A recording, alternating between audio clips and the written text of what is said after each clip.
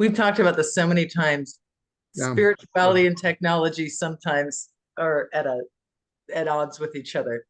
So when you have this powerful group of people, sometimes technology really actually does get interfered with. Yeah, I don't know why it's not making me host. Did you accidentally make Byron or Joby host? No, No, because your host.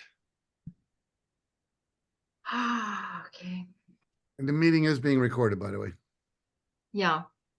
And Thank on you, my Jen. end, it says your host, Dr. Trish. All right. Now it's telling me I can go to Facebook. So I think we're going to rock and roll here. Woohoo!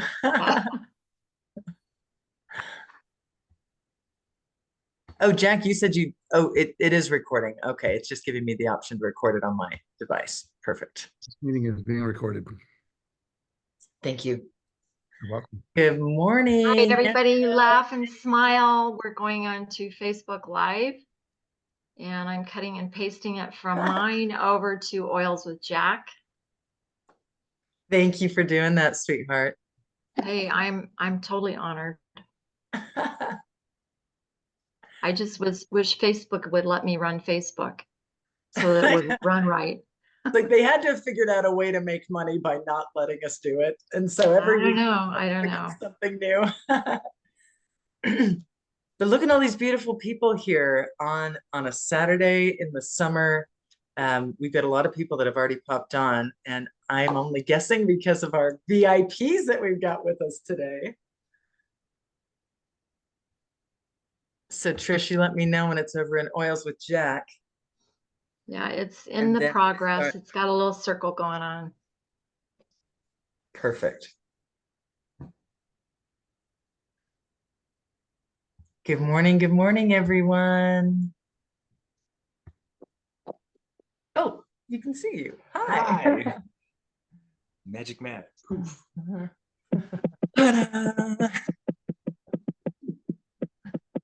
Good morning, Roberta. Good morning. Good to see you, Kimberly, Fran, all kinds of. Oh, there's Mary, Alicia. Roberta, can you Carol, mute yourself, honey? Laura. We've got a couple people not muted and it's causing some noise. Thank you. Still Roberta. Trying. Thanks, sweetie. Or if one of the co-hosts just wants to keep an eye on that, I had to give up my co-host. Good morning, Martine. Dr. Brown, good morning. Thanks for being here.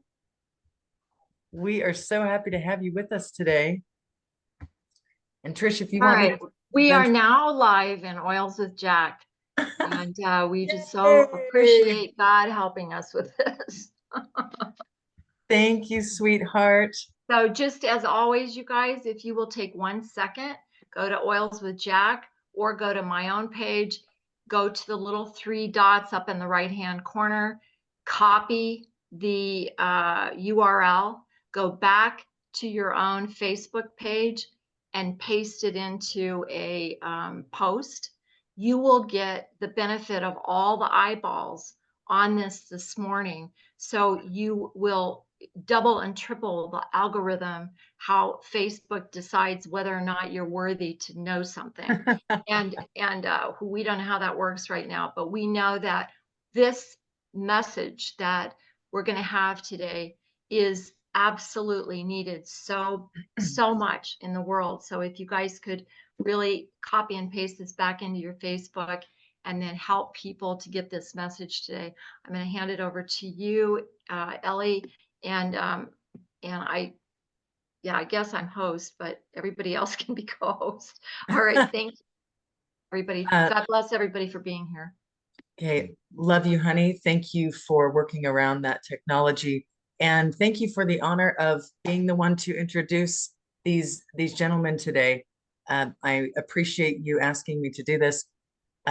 Jack and Dr. Perkus mean a lot to me, and I was actually introduced to the oils back in 2021 during some healing ceremonies that literally brought me back to life from a severe depression that almost took my life, that lasted for about 15 months.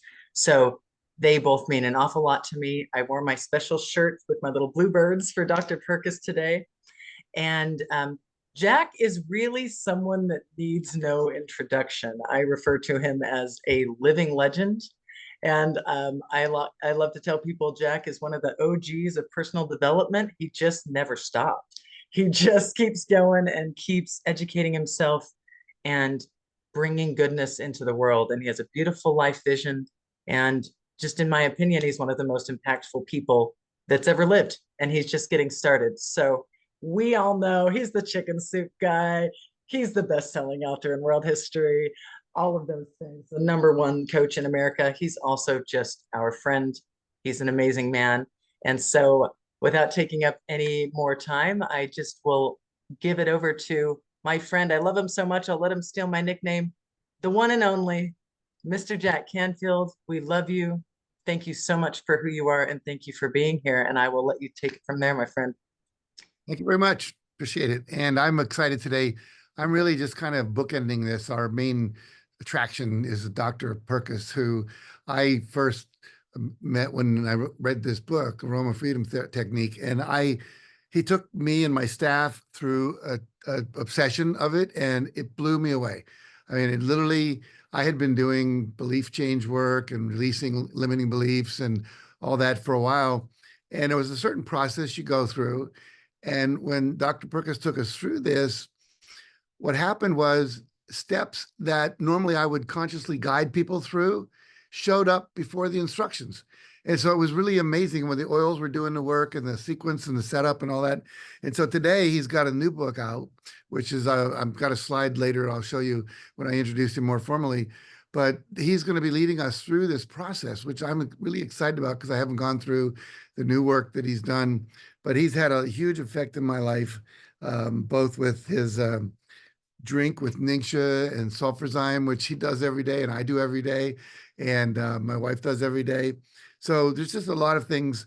And many of my students have been certified in the Aroma Freedom Technique, and they're using it with their clients and my students that are under them. And just anyway, so I'm, even though I'm somebody that's famous, I still have, what would I call it? Celebrity awe when I'm with people that have changed my life, so anyway, glad to hear you be here, Ben. I really appreciate it. He's going to be talking about this idea of having goals and bringing them up on purpose so that it brings up our limiting thoughts about that we can then go and we can release them, dissolve them. I don't want to take away his talk, whatever terms he uses for that, because I haven't read the new book yet. But basically, that's what's stopping most of us is fear, limiting beliefs, many of them unconscious that we don't even know we have, often created between the ages of 2 and 3 and 8, and sometimes later. So I'm going to just set up a little bit of context. And as you all know, I love to start with cartoons. So I'm going to do that as well today. I'm a big believer in the power of laughter. And so I'm going to share my screen here. And I am going to start my slideshow if I can. And there we go. So that's our focus today, at least the way I see it. And I love this. Says Will Ferrell says, whenever someone calls me ugly, I get super sad and hug them because I know how tough life is for the visually impaired. So a little bit of a reframe there. I love it. Mark Twain said, politicians and diapers must be changed often and for the same reason.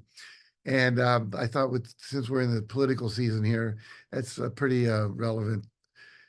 I like this one. He says, let's say the kidney fell on the floor. Does the 5-second rule apply? And it says, nice dog. What kind of breed is it? It says, don't know, some kind of doodle, which is relevant. We have a golden doodle right now. It says, we don't eat eggs, meat, fish, dairy, or gluten. What would you recommend? And she says, a taxi. I love this one. See there, Elena, what did I tell you about doing cartwheels? So a lot of what comes up when we do this kind of work today is stuff that happened to us when we were children. So I had a couple cartoons about that. He says, he did it. It's like, I love to show this when we talk about 100% responsibility in your life. It says, imagine yourself in a quiet, peaceful place. He goes like this. And then he says, okay, you win. You're a coffee table trapped in the body of a man. And I'd like to try an experimental German treatment called quit your bitching. It goes back to being pulled out of the hat. So a lot of our experiences where we're stuck come from these little experiences, sometimes literally happening at birth in the womb. Sometimes we go back to past lives. I've had that experience. Some of our parents' lives, the lineage stuff that shows up. Really amazing, the kind of things that can be released. One of the things that I teach that's relevant to today is I teach people to dream big, to believe that anything's possible. And often with our conscious mind, we can do that, but then our subconscious mind will often, undercut that. And so I teach something in my seminars called a breakthrough goal. And I use this cartoon to introduce it. It shows two spiders at the end of a sliding board. And one of them says, if we pull this off, we'll eat like kings. So the idea is they have a big vision. And I want all of you in life to be able to have big visions and believe you can make them come true. And today you're going to learn some new technology that will allow you to do that. When in my seminars, I teach people to set a breakthrough goal, and a goal that's a quantum leap in your personal or your professional success or the success of your organization that will require you to grow to achieve it. In other words, like when I was working for W. Clement Stone, who was my mentor back in the 60s and 70s, he was worth $600 million, a friend of Napoleon Hill, who wrote Think and Grow Rich. And he said, I want you to set a goal that's so big that if you achieve it, it would blow your mind. And at that time, I was making $8,000 a year as a teacher. And basically, I said, okay, I want to make $100,000 in 1 year. And I didn't even believe it was possible at first. But he said, I want you to use the tools I've taught you. There were tools like guided visualization, affirmation, some other things that he taught me. And I spent a year doing those, and I didn't make 100,000. I made $93,238. And I thought, wow, this stuff works. Had I known what you're going to learn today, I think I could have done that a lot faster and got rid of a lot of my limiting beliefs. Because what happens when you set a big goal, I say three things happen. Number one, you start to think about the external blocks that are in the world. I want to go on vacation to the ocean. My wife wants to go to she doesn't like water. She wants to go to the mountains. So that's an external block. I want to open a store that's sells marijuana and dispensary. And my state doesn't allow it. That's an external obstacle I have to deal with. There are internal obstacles. One would be fear that shows up. And the other is limiting beliefs, limiting thoughts. We have these thoughts that that's not possible. I'll never do it. I'm too old. I'm too young. I'm not smart enough. I don't have my MBA degree, whatever it might be. And so today we're going to get an opportunity to see how to deal with those things. Interestingly enough, Harvard and Stanford both did studies on what was more important to success. Was it attitude or aptitude? And at Stanford, they found that attitude was 92%, aptitude 8%. And at Harvard, 15% aptitude, 85% attitude, both dealing with the more the mindset kind of work that is important, as opposed to, do you have natural talent? And we see a lot of people with natural talent who never go anywhere because of the mindset, the beliefs, et cetera, that they have. And as I'm sure Dr. Perkus will talk about, we have a conscious mind that is conscious of some of these beliefs we have. And then there's a subconscious, which some people say makes up 85 or more of our mind. And we're not aware of what we think, what we believe. It's stuck in, it's in that lower level. It's not up in our conscious level. So, and yet, unfortunately, 95%, some people say, of our behavior comes from our subconscious mind. And so when we go to reach for that phone and stop, or we go to ask for a raise and we don't do it, or we think there's someone attractive in a meeting we're at, we want to ask them out for a date, but we stop. That's the subconscious beliefs and fears that are showing up because of those thoughts that are getting in our way. And then the last thing I want to talk about is the law of vibration, because I teach the law of attraction, and we attract that which matches the vibration, our dominant vibration. And vibration is, all thoughts are vibrations. And the higher the vibration, things like love and joy and gratitude and all the things that we work to build into our lives, that when we meditate and so forth, that we attract things at a higher vibration. And if we have stuck energy, limiting beliefs and stuck emotional trauma from our childhood or even adulthood, that gets stuck. It's energy that's not moving, emotion, energy in motion. And so what happens is that we all have that. And when it gets released, all that energy is freed up. Our vibration as a whole being, and especially in our body, starts to move to a higher level. We start attracting more opportunities, more what we call miracles, synchronicities, etc. So that's another advantage of the work that we're going to do today. And, I read this book called Frequency, a Power of Personal Vibration recently, all about this stuff. And so we are basically vibrating frequencies. And the more we can get that vibration to be at a higher frequency, the better everything in our life happens. So again, love, joy, laughter, play, appreciation, generosity, passion, enthusiasm, trust, optimism, acceptance, all the essential oils, many of which are named joy and things like that, gratitude and trust and so forth, inner peace. All these things are raising our vibration. And as I said, today, we're going to get to do more of that. So as I said earlier, these are the things that stop us. We're going to work on those today, let go of some emotional baggage, unhealed trauma, release some of the trapped energy that creates the distortions in our energy field. And again, like a lot of your physical ailments, back pains and headaches and kidney problems, etc., are also a result of this trapped energy, often limiting beliefs that are stopping us from flowing more fully. And as I said, conscious, unconscious over today. I mentioned to some of you recently that I've been doing plant medicine down in Costa Rica at a place called Rhythmia, doing a lot of this work there. This shaman I work with a lot called Taito Manita. And we're doing the same work today without necessarily having to go take ayahuasca. And we release some of this limiting stuff that's in our subconscious mind that's stopping us.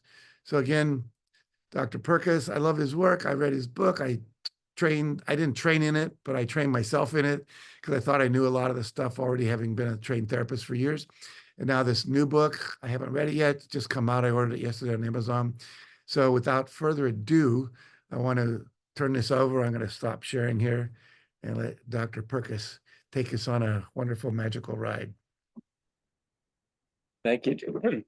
Thank you, Jack. And just so grateful for you and the community you've created. I don't know if you remember, I actually first met you in California about 6 years ago. You did a talk at the community college in Santa Barbara. Right.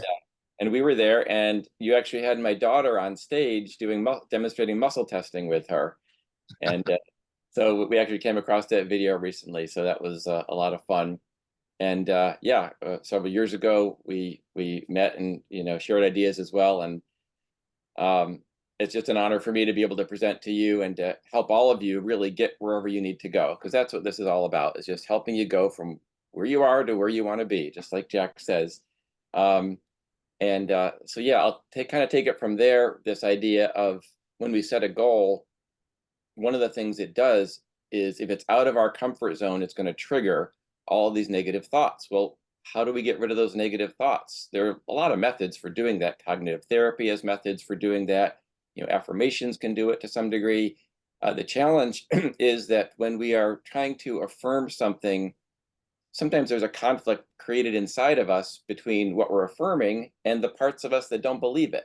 And so it's kind of like this constant battle to some degree. And it's not a terrible battle, but what if we could actually dissolve the negative thoughts so that when you say the affirmation, there's literally nothing in you that is resisting that.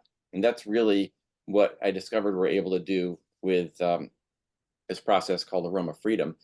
I'm going to go ahead and share my screen here. And it'll take me just a moment to get just the right part that I want.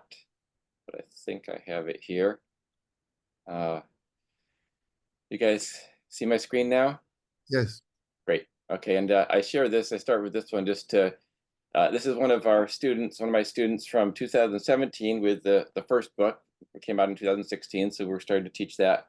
And then here she is just now with the new book. And we were talking earlier, but before we started, just about youthfulness. And I just love this picture because it kind of shows this youthfulness that is just continues when you keep kind of resetting your emotions and, re-liberating yourself and returning to the passions and joys in your heart. Then you kind of, to some degree, reverse aging. And that's what I want for everyone today. I'll just give you a little bit of a few nuggets here, and then we're going to jump into a clearing process. So just people want to know the difference between the old book and the new book. The old book had a single technique, which is a powerful one, and we're going to do it today. The new book basically takes what we learned over the past 6 or 7 years teaching this, has information about memory reconsolidation, which is the neuroscience behind why this actually works, which I didn't know when I wrote the book. More about the connection between smell and memory, a lot of testimonials of different types of things you can use this to be free with. And there's some exercises to help identify where you want to start working to free yourself up more. Also, Jack had spoken about the importance of how it's more important to believe that something is possible than to have the skills, because you can always learn the skills as you go. But if you don't have the belief, you're not even going to learn the skills.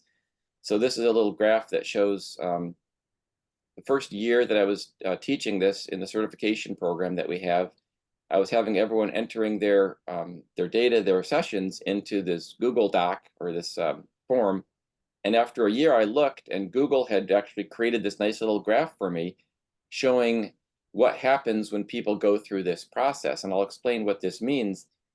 You'll see when we first set a goal with this process, we rate how possible does it feel from 0 to 10. 0 is not totally impossible, and 10 is totally possible. And you can see in the beginning, most people were at kind of a 3, 4, 5 out of 10 with their goals. After just one round of clearing out the negative memories that are related to this, people jump to 5, 6, or 7. After 2 rounds, they're up at 7, 8, 9. After 3 rounds, pretty much everybody is 8, 9, 10. So in about 30 minutes, which is what I'm going to do with you today, people going from fairly hopeless that a goal can be achieved to feeling extremely positive about it. And as you can imagine, this creates that momentum to actually start taking the steps towards reaching the goals. So another thing in the new book is I have this little graph that kind of shows how we can use these processes to work not just on clearing out memories related to future goals, but we have these short little techniques, aroma reset, which is related to what you guys have been doing all month, just kind of resetting in the moment. If something upsets you today, you can just use the oils to clear out the emotional baggage today, so you don't have to keep carrying it with you. There's also one called aroma wisdom, which is when you're worried about a future event. We have a process I describe in the book for clearing out your worries about the future. Again, using the oils in the specific way that we do. So we have a number of different techniques here. I'm going to skip over some more of the background. If you go to my website and Facebook page and everything, you can watch a full introduction, which kind of goes through this in greater detail. I'll just do a few more slides, and then we're going to actually have our experience. The first thing really just to underscore is that the reason that this works so well is because of the sense of smell and how it's powerful and it's automatic. When you smell rotten food, you have this immediate reaction that doesn't let you eat it. You don't have to think about, should I eat this rotten food? No, your system says, don't eat this. So because there's an immediate and irresistible response to smell, we can directly affect our brain and our limbic system through this. It's because the olfactory nerve connects directly to the limbic system. And this is where these primitive, we call approach avoidance or safe or unsafe feelings are created. But also not just negative smells, but positive smells. We talk about how incense has been used in religious rituals for centuries. And well, why is that? Across the globe, whether it's a mosque or a temple or a cathedral, frankincense and sandalwood and other wonderfully smelling oils are used. Well, this is because it helps us to kind of calm our mind, get away from that stress and strain of everyday life so that we can go within, we can find the answers that we need. And then I just had to share a couple of these slides. This is just very natural, and it occurs in the natural world as well, the effect, the soothing and calming effect of scent. So we're just going to use this in a very focused, specific way. to really calm that emotional brain and kind of get into our higher selves. We all know about the connection between smell and memory, and how smells can trigger early and emotionally charged memories. This has to do with the wiring in the brain, and there's 3 actual neural pathways that take the sense of smell from the olfactory bulb. It can go directly to the olfactory cortex to trigger memory. It can go to the amygdala, which triggers the emotionally charged memories, or go into the hippocampus, which triggers more autobiographical memories. All 3 of those can be triggered directly and not through the conscious mind.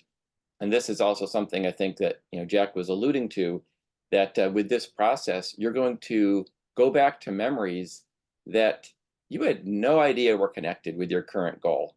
You may say that, well, let's say I have a goal about growing my business.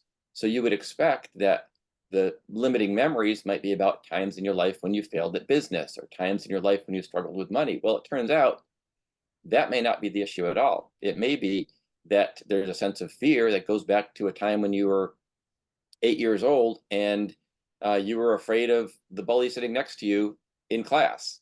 Nothing to do with finances, nothing to do with business, but everything to do with fear. So by using the sense of smell to trigger these memories, you're going to come across memories that you didn't know were connected, but then when you clear them, then you realize that's what was holding you back. Because we know aromas are very soothing. I won't go into it today, but memory reconsolidation, if you want to Google that another time and read up on it. Therapists are getting excited about this concept now, because we're seeing how really all transformative therapies are using this process in one way or another, actually changing our memories, and our experience of our past changes our experience of ourselves. Let's see, we use Young Living oils because they're so very pure, and these inspired blends. And really, I want to give honor as well to Dr. Gary Young, who created these blends and really had stood for really strongly in understanding the role of emotion in health, and that you can't just take a bunch of vitamins and supplements and exercise. If you're not dealing with your emotional stuff, then you're not going to have as good results. Okay, so, okay, you guys ready? So I'm going to take you through a process. I want you to have, whatever oils you have in front of you, we can work with them. If you have the feelings kit, that'll work great. Other oils that we might use. So you have inner child, release, frankincense, lavender, stress away, trauma life. Any of those will be good. Whatever calming oils you have will work. Okay, here we go. So for all of you, the first step is to set a goal. Remember, Jack talked about setting goals. So set a big goal, set an exciting goal, set a goal that is really your heart's desire, something you would love to see happen in your life. It could be a business goal. It could be a relationship goal, like I have a harmonious relationship with my children or husband. It could be a health goal. Either I feel healthy and vibrant, or it could be a process health goal, like I exercise 3 days a week, or I eat only healthy food, whatever it is. The important thing is that it's something you really want, and it's something that you're not totally sure can happen or how it can happen. We kind of want both of those things. It has to be something you want, not just something that you think you should do, or you think other people want you to do. What do you really want? So take a moment, and if you'd like to smell an oil to get yourself in that kind of creative dreaming place, you can. Let's see. Sometimes I'll use clarity oil if I feel like I want to get clear on something. Sometimes I'll use something like envision or highest potential. So smell an oil if you need to, and just take a moment and get a dream, get a vision in front of you, something you'd love to see happen. And once you have that, write it down. I need you to write your goal down, because we're going to be working with this and going back to it several times during this process. You can, and if you feel comfortable, I'd encourage you to share that in the chat box. Of course, setting goals and making them public, as Jack teaches, helps kind of like up the ante a little bit. And by making something public, it kind of raises the the commitment level, which is actually a good thing. So go ahead and take your goal into the chat box. If you need help formulating the goal, I can help you with that. Sometimes we know what we don't want, but we have a hard time putting into words what we do want. So, we say what we don't want is, well, I don't want a messy office. Okay, well, what do you want? And you have to put it in the positive. I have a clean and organized office, something like that. Or I don't want to yell at my kids. Okay, well, what do you want? I speak to my kids from love, whatever it is. Here we go, summer coming in. I write a multi-platinum song. Yeah, I'm making $10,000 a month using my Young Living business. Perfect. Those are good examples of goals. They can be very specific. Like Jack teaches, how much by when, if you want to really nail it down, that can be really helpful. It's also helpful to set broad, what we call identity goals. These are things like, I'm worthy. I know that I am enough, or I am loved. So it could be as broad as that. The reason why we can use broad goals in this process, as well as using specific goals, because in a sense, the purpose of the goal here is to trigger the subconscious stuff in you that is resisting it.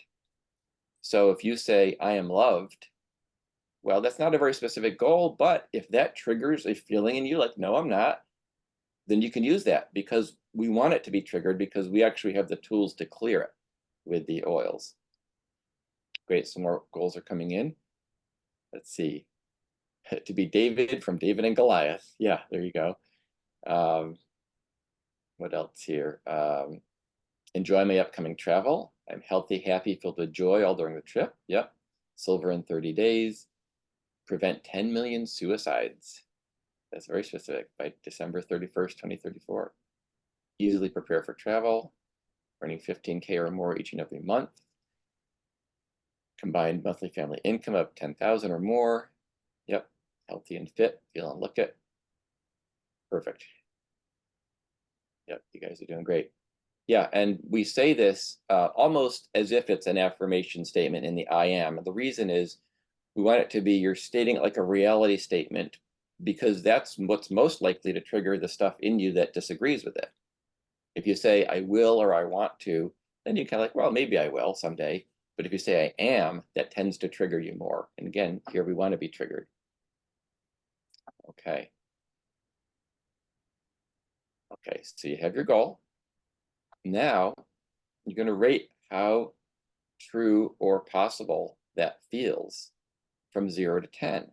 0 is totally hopeless, doesn't feel true at all, doesn't feel possible at all. 10 feels totally possible. Now, I want to warn you, because we have to be a little careful, especially those of us who are in the spiritual and positive thinking space, is that we can kind of be deceived by our mind a little bit here. Because although we may know that with God all things are possible, and mentally all things are possible, we may be tempted to give it a 10. I really want you to do a check-in in your gut and see, is there any doubt, any feeling inside like, I'm not sure. And we're actually looking for the doubting voice in this case, not the positive voice. I know that sounds strange to some of us in this space. So check in and see, just kind of like honestly in your feelings, how possible it feels. And you put that in. And this is really just a starting point. I don't want people to stress too much about the number, and because it doesn't really affect what we do, but it's really just to help you see where you are in the process. Okay. Okay, and also if it seems totally possible, then you don't really need this technique. So we're looking for the goals that don't feel possible, that you still really want, but they don't feel possible, or not totally possible. Okay.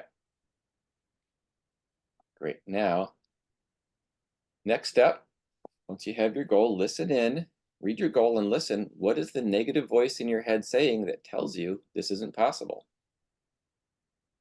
First thing you hear, and it could be something like, yeah, right, or that'll never happen, or I don't have the time, or I don't have the money.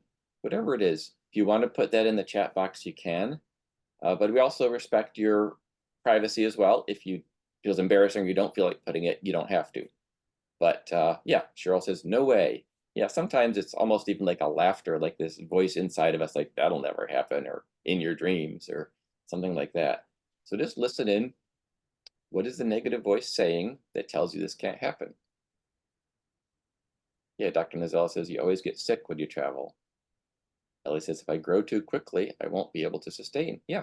And these are things, even if it seems like a quote unquote true statement or a logical statement, we still listen and treat it as a negative voice because of what we're going to get to in a minute. Yep, technology proficiency and time. It hasn't yet, so how is that possible? Yeah, so those are all good examples of the negative voice, because we all have it. We all have this inner dialogue. Lack of funds and how can you make a living? Okay.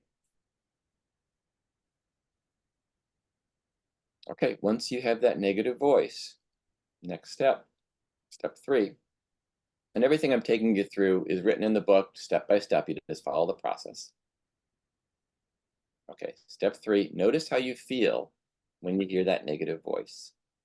So I want you to get this down to one word feeling. It's very important that it's one word, or one word per feeling, even if there's a couple feelings. So this could be sad, embarrassed, overwhelmed, you have doubt, fear. Now, sometimes it's a word, we think it might be a emotion, but really it isn't. So like ineffective, someone put, so ineffective, that's more like a kind of like an outside statement of a descriptor.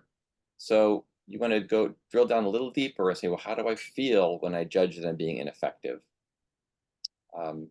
Hopeless, disappointed, those are feeling words. Help. Okay, so what's the feeling word? You know, despair, hopeless, yeah, nervous, stuck, shut down, tired, dejected, distraught. Yep. So step 2, someone was asking, step 2 is listening for the negative voice that tells you it's not possible. Step 3 is how do you feel when you hear that voice? So we're progressing, we're getting into the subconscious by following these steps. Scared. Yeah. Okay, even futility is a kind of a descriptor. How do you feel when you judge that things are futile? Yeah, sad. Those real basic feeling words, yeah. In fact, I might have a little chart here of feeling words for you.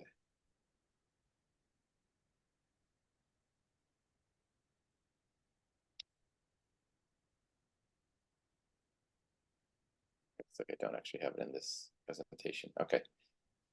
Sometimes it helps to look at a chart of feeling words. I can give you a link for that later. Okay. And once you have that feeling, where do you feel it in your body? And we always want to anchor these feelings in our body. Why? Because it makes it more real. It makes us feel it more intensely. And this is part of the important part of memory reconsolidation. We have to be pulling it up as a really visceral feeling.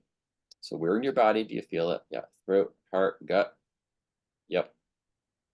Could be a part of your body, or it could be like a posture, like, you know, slumped over or eyes down or teeth clenched, anything like that.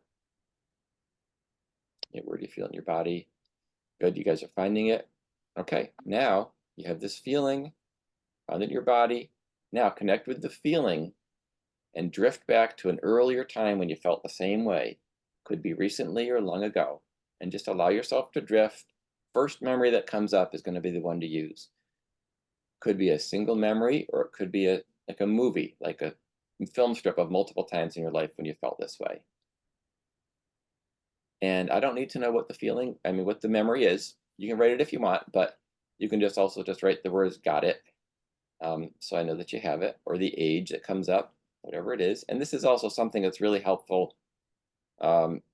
Clients of therapists really appreciate this because you can actually process and work on memories without having to disclose what the memory is. So as long as you got it and you know what it is, that's the important thing. And later, of course, in a process, if you want to share and talk it through, you can. The important thing is that you have come back to a memory. Even if you have no idea why this memory is coming up or you can't understand logically, the first one that pops up is really the most important. Great. Okay, you guys are getting it. Okay. Now here we get out our oils. So as I mentioned, you could use a drop of lavender. If you have just a starter kit, use a drop of lavender and stress away and frankincense in your palms. Or if you don't have all of those, you can use any of them. Or you could use trauma life oil, or really any of the young living oils that feel calming to you. Put a drop on your palms. And then we always just breathe them in. Close your eyes and breathe the oils into this memory. So focus on the memory or the series of memories or that time in your life. Take about a minute, do some deep inhalations, breathe the oils into the memory, and just watch what happens.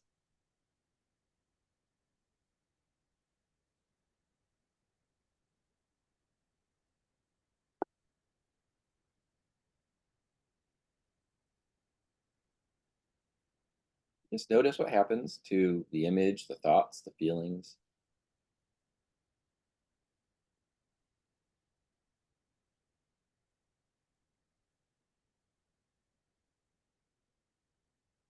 Number 6 is just getting the oils out and starting to smell the oils.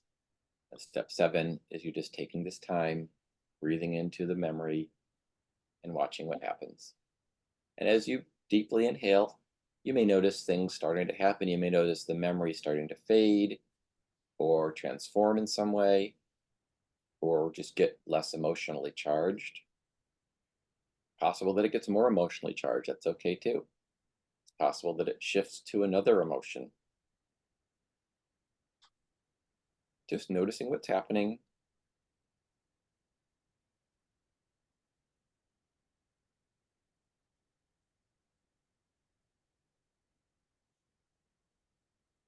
Just taking your time. And once you do notice a shift, just write in the chat box what you noticed. Michelle says more relaxed. Deborah says guilt now. Yeah, sometimes you actually go deeper in and maybe it feels worse at first. That's okay. If you feel worse, congratulations. It means you've tapped into a core issue and you're going to feel great soon. Trisha says calming, less intense feeling. Yep. Emotion became stronger. Yeah, that's okay if that's the case. You may be aware, step 8, we don't focus on too much in the first round, but you may be aware of a new thought process, a positive thought coming in. If you're not there yet, that's okay. This tends to happen later in the process.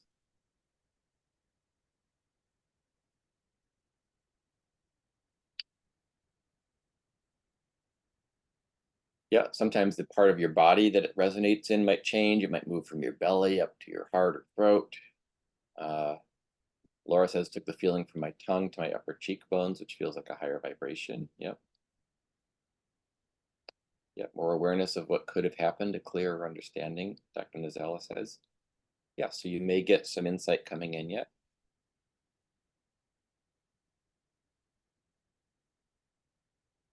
Yeah, Trauma Life oil, that's actually the original oil that Dr. Young created that I was using with all of my trauma release sessions, and it just happened to be out of stock in 2016 when I was writing the book. So that's why I replaced it with frankincense lavender stress away. But if you have Trauma Life, that's an all-time favorite for this. Okay, so step 7 and 8 was just watching and noticing and being aware. Now step 9 is we're going to kind of recognize what shifted. Now just go back to your goal and read it again and rate how possible it feels now. So you can put in the chat box, maybe you went from a 2 to a 4. You know, might it feel just a little more possible, or it could have stayed the same, or it could have gone down. So just rate how possible the goal feels now.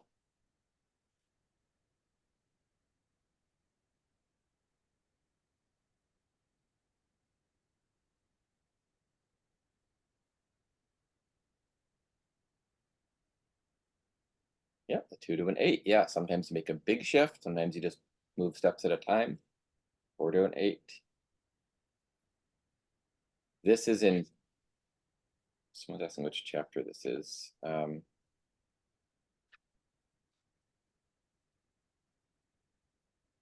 Here.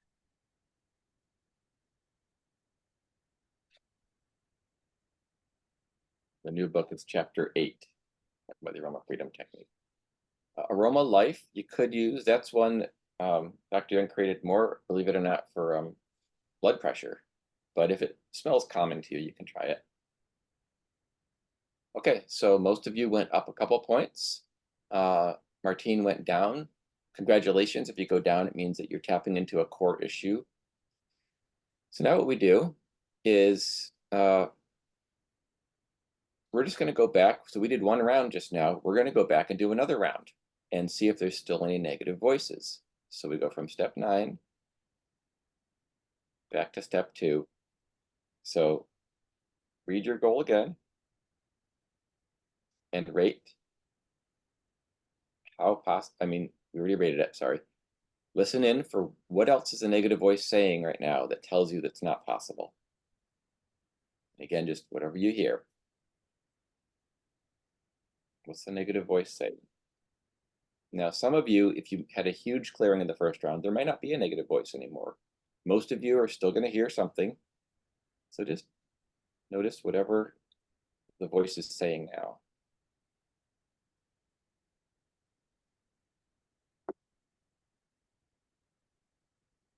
Yeah, Laura says she went from a 2 to a 9.5. And it seems totally reachable, even though implausible. Trista's hearing you can do this. Yeah, so you might be hearing a positive. So we also want to acknowledge if you're already hearing a positive voice, celebrate that. But just to be thorough, check in and see, is there anything else the negative voice is saying, the voice of doubt is saying? So we honor the positive, but we want to make sure we're not leaving behind some other voice of doubt.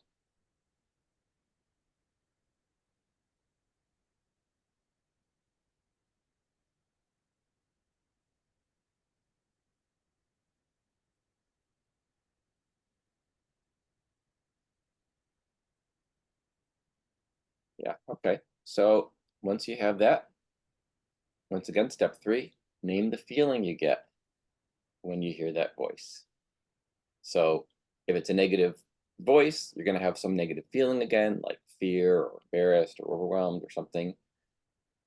If you're already only hearing a positive voice, you can still use this, and you might be having a positive feeling about it. So it doesn't matter, positive or negative feeling, whatever you're feeling when you hear this voice, put that in. Yeah, hopeful, frustration, hopelessness.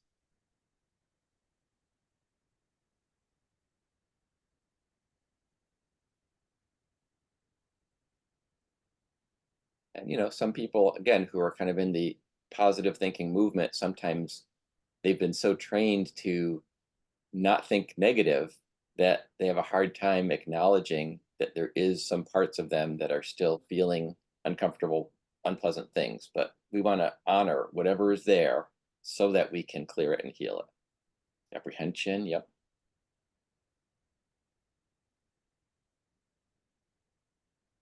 Okay, so you find that feeling and you want to drill it down until it's a one-word feeling.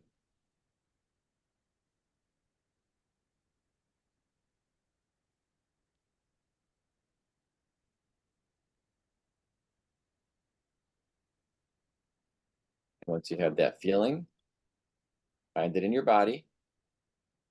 And this makes it more real for us.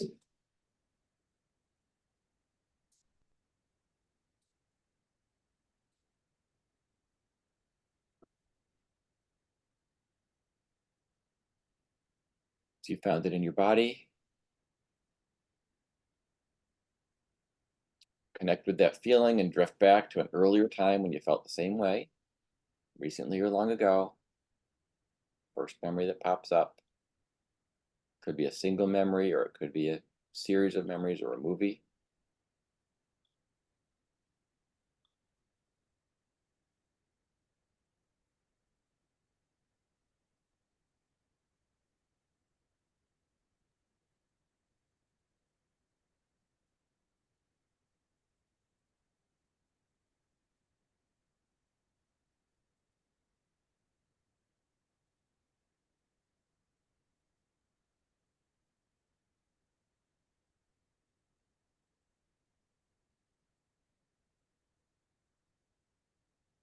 Once you have that memory, just type in got it. You should be back at a memory now. or series of memories. Once you have that, you're going to get your oils out again. So you could use the same oils this time. Or for the second round, we'd love to use Inner Child. If you have that, that's one of my all-time favorite oils for emotions, especially good for sadness and loss, but really any emotional process, it'll work. Grab your hands. Just deep inhalations, breathe the oil into that memory.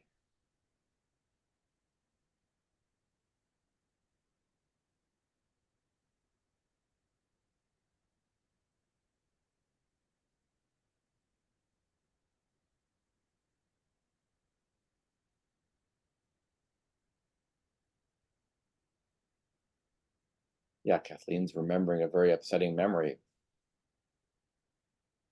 of not doing something as a child that she wishes she had. Yeah. Once you have that, you just breathe in to the memory and just notice what happens to the images, thoughts, and feelings.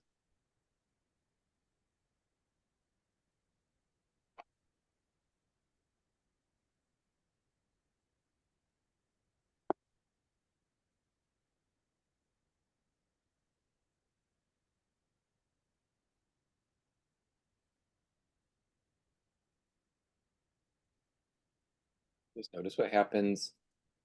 The image might change or get further away or dissolve.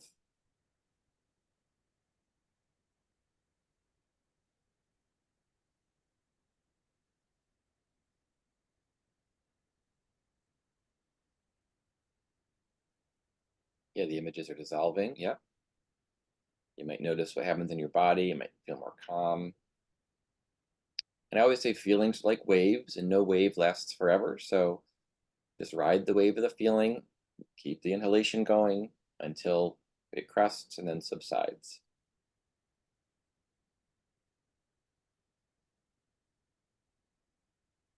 Girl says a physical pain in the area of my heart chakra. Yeah, it can get very intense sometimes. As long as you just stay focused on the breathing, just ride the wave until it dissolves. And you also may notice new beliefs starting to emerge, new creative ideas.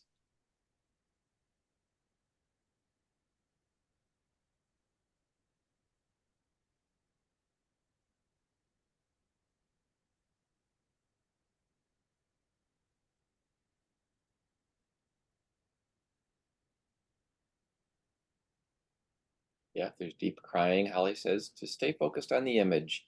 Sometimes when intense emotion comes in, it can actually distract us. If we get too focused on the crying or the sobbing or whatever it is, that's just a side effect. Just stay focused on the image, and that's going to get you through the process as quick as possible. If the sensation or pain moves into another part of the body, that's very natural. Just kind of track the movement and just keep breathing. And if it moves, the feeling might also be changing. So just check and see, what am I feeling now? Go back and name the feeling if you need to, if it's changed.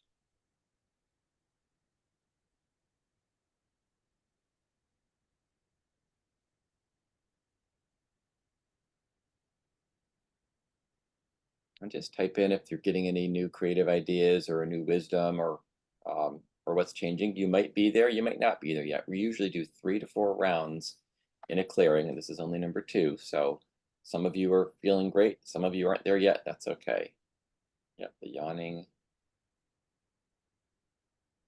Oh, it's beautiful. Roberta says, I will sing again with the glorious angelic voice God gifted me with. Wonderful.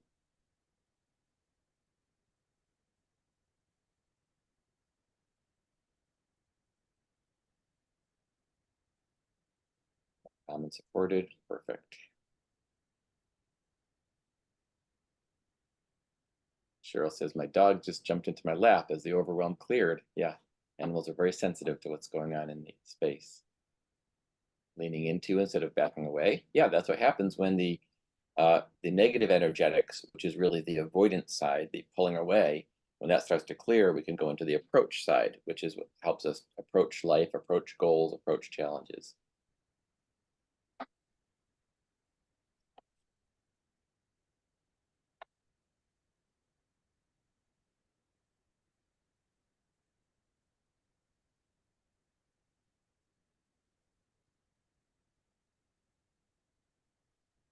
Good. Okay, so when you're ready, step number 9 is let's see how far you've come. So read your goal again and rate how possible it feels now. So now we're going to have 3 numbers. So you can type in, Ursula's asking, are you supposed to let a release happen? For example, crying before you continue. Yeah, you don't want to rush the process. It's kind of a fine line. You want to allow the process, and if there are tears, if there's a release, allow that to happen, but don't get sidetracked by it. What I mean by that is redirect your attention to the image until the image loses its emotional charge. This is really what will keep you moving forward. The deep inhalations of the oil, keep repatterning until the emotional charge of the image goes down. If there's tears there, you ride that wave. Stay focused on the image until you feel better. Kind of like when I learned EMDR years and years ago, which is a trauma release technique that this is kind of based on, and then I modified it. One of the guidance they gave us, they said that if you're afraid of tunnels and you're driving along and you're in the middle of a tunnel, the last thing you want to do is stop your car. You want to keep your foot on the gas until you're out of the tunnel. And that's exactly what we do here. If things are feeling difficult, don't stop. In fact, if anything, you just breathe more intensely and breathe the oils and focus on the image, and that'll get you out the other side. Yep.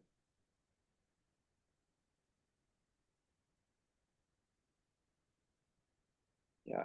Okay, good. So you guys are partway through the process. So some of you are feeling great. Some of you are feeling a little better, but you're still not there yet. So that's to be expected. Like I said, the average will do 3 or 4 rounds of this. And of course, if you're working on your own or with one-on-one with someone, you do as many rounds as you need until you're all the way through. Could be 2 rounds, could be 5 rounds. In a group like this, we want to get the greatest benefit for the greatest number of people. So we'll do usually 3 or 4 rounds. And that's going to get most of you to a great place. And any of you, if you feel like something's getting triggered that you need additional help with afterwards, make sure you can reach out to me and I can help you. I don't want to leave anyone stranded if you feel like you tapped into something that was too big to process in a group. Sometimes people feel that way. I'll also tell you that when you get the replay of this video, sometimes doing clearings on a replay is even better, because if you need longer, then you just pause the video until you feel complete with that memory, and then you start the video again. Okay, good. So we did 2 rounds. We're going to go back and do another one. So say your goal again and listen in. What else is the negative voice saying that tells you this can't happen? See if it's saying anything else.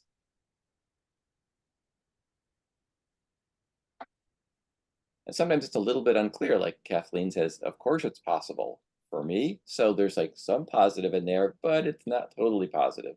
So that's often what you're going to hear is something that still has some negativity to it. You know, we don't push it away, we just take note of it because we're going to follow that. Okay. Once you hear that negative voice, listen in. Notice how you feel when you hear that voice.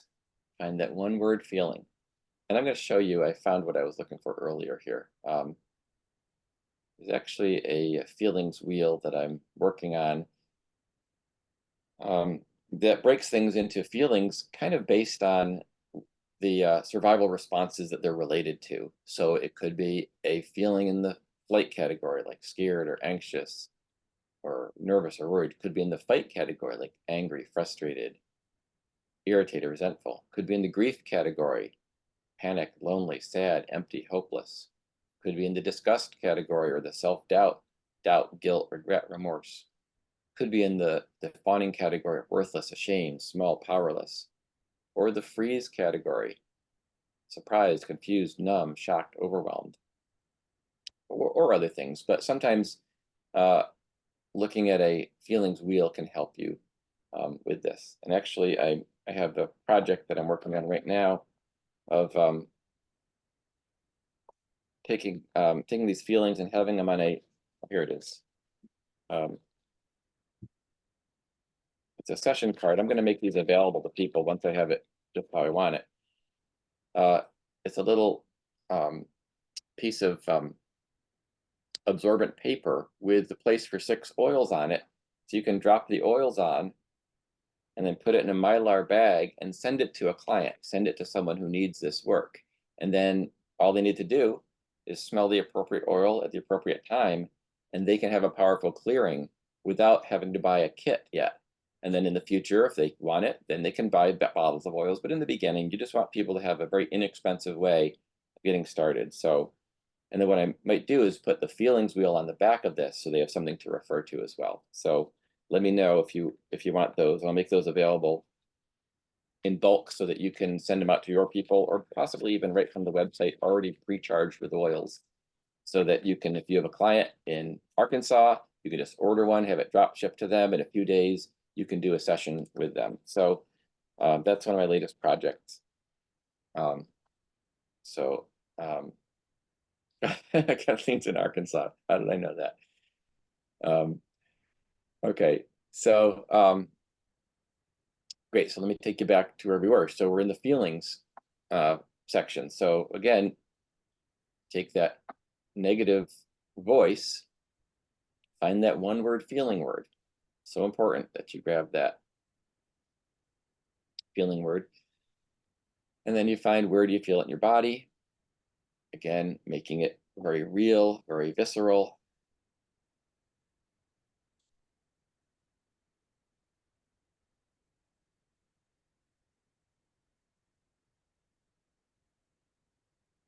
Once you have that, that was step 4. Step 5, connect with that feeling and drift back to an earlier time when you felt the same way,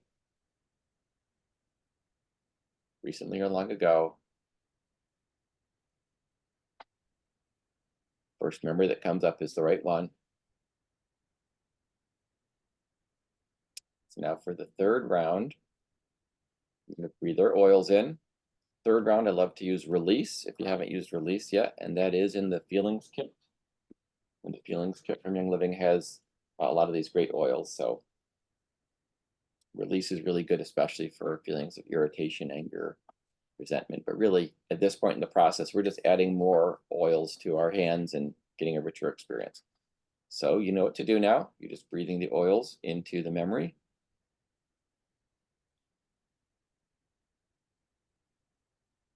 Deep inhalations, just notice what happens.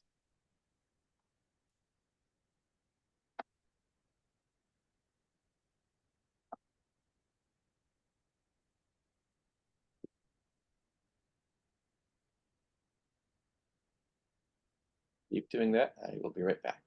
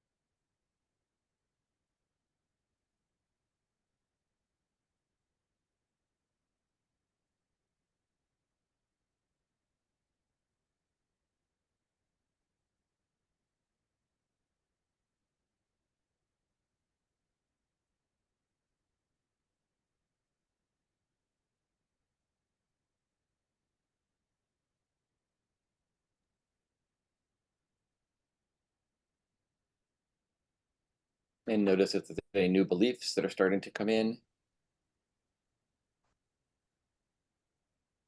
So it could be almost like your higher self is giving you some guidance or advice.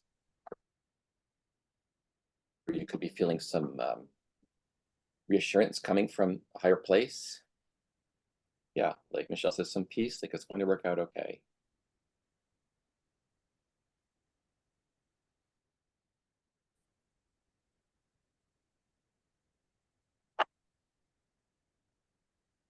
Once you've felt something coming into you, some new guidance, just type in what you're noticing, what you're aware of.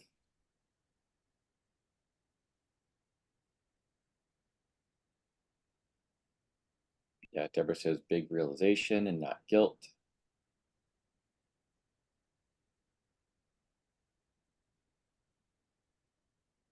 Kathleen's asking, should we use highest potential in the later rounds? So once you've gotten through the first few rounds, like this is round 3, if you have other oils in front of you, I'm really going to kind of like open it up to you and let you just use what you're called to use. If you feel like highest potential or present time or anything like that. Sarah is one if you feel like you have more deep trauma.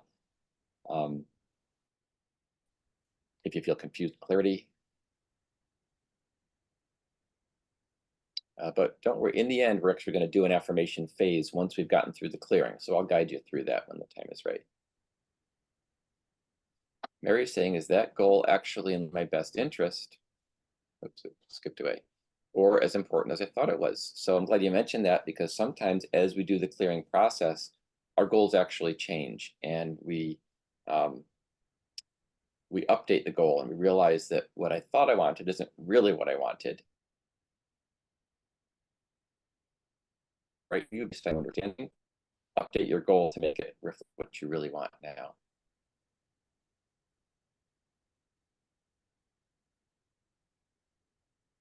Okay, good. So next step, rate your goal again. So see how possible it feels now. So now you're going to have 4 numbers.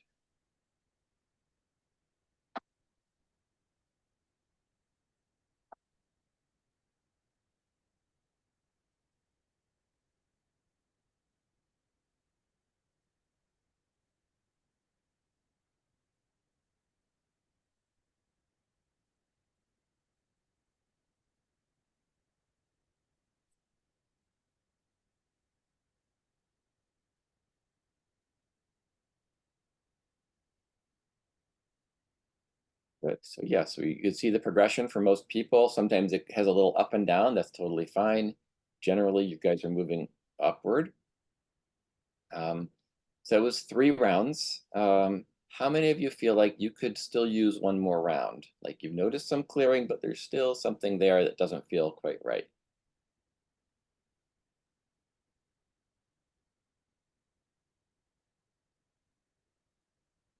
Anyone want one more round? Like I said, this is something that once you have a recording of this or another one of my recordings, you can take yourself through it, or just right through the book, just follow along. Yeah, okay, I'm gonna do one more round. I think we have time. I know we have time actually. So, okay, so go back and read your goal one more time and listen in and say, is there anything else that negative voice is saying that tells you this can't happen or it's not possible? Listen in, hear what it says. Yeah, you really want to be thorough when you can.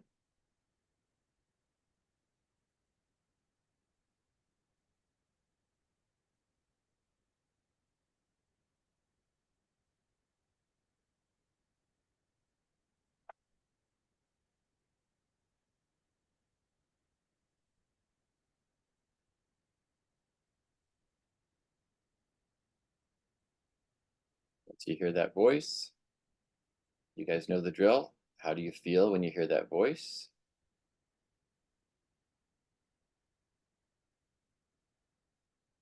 Here's your feelings. Here's another way of viewing the feelings that you may like also.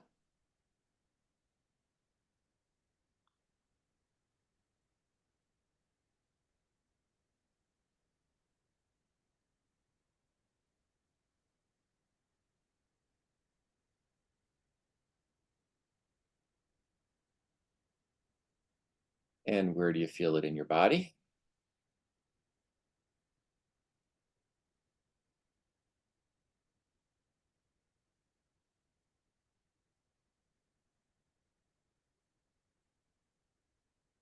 If you're already in a positive feeling, then anchor the positive feeling in your body by being aware of it.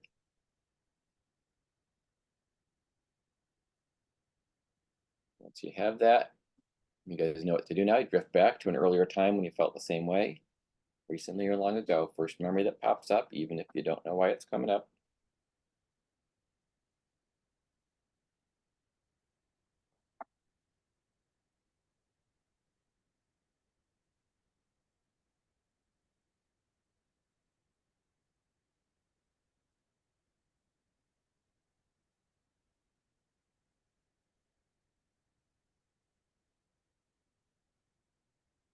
And once you have a memory, going to breathe in oils. Again, as I said, you can either go back to the existing oils and just reuse them, or if you feel called, if you see another oil on your desk that is calling to you, feel free to grab that. Alicia's asking what happens when someone doesn't remember the first time they felt like this. First of all, it doesn't have to be the first time. It could be just any time in your life. Could be recently. So that's the first thing. Any time in your life. The important thing is the first one that comes to your mind is what we're looking for. If there's no memory that comes to mind at all, then just breathe into the feeling in your body and you'll get there as well. Just breathe the oils into the memory, the image. Notice what happens.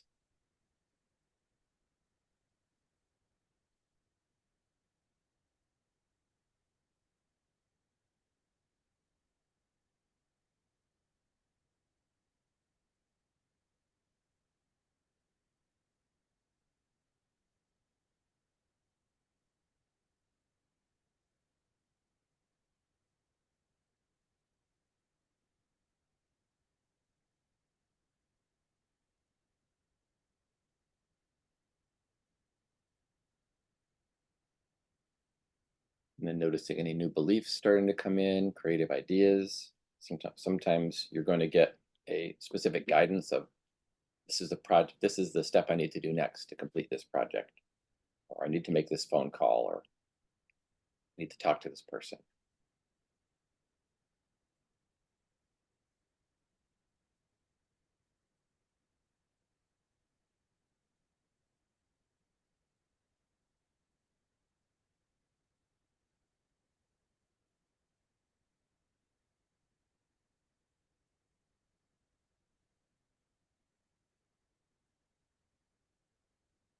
Just type in where you are now.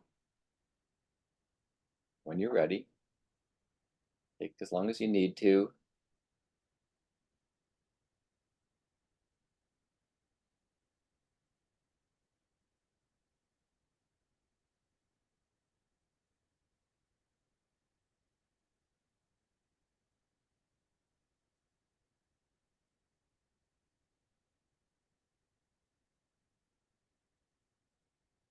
So now we're going to move into our affirmation phase.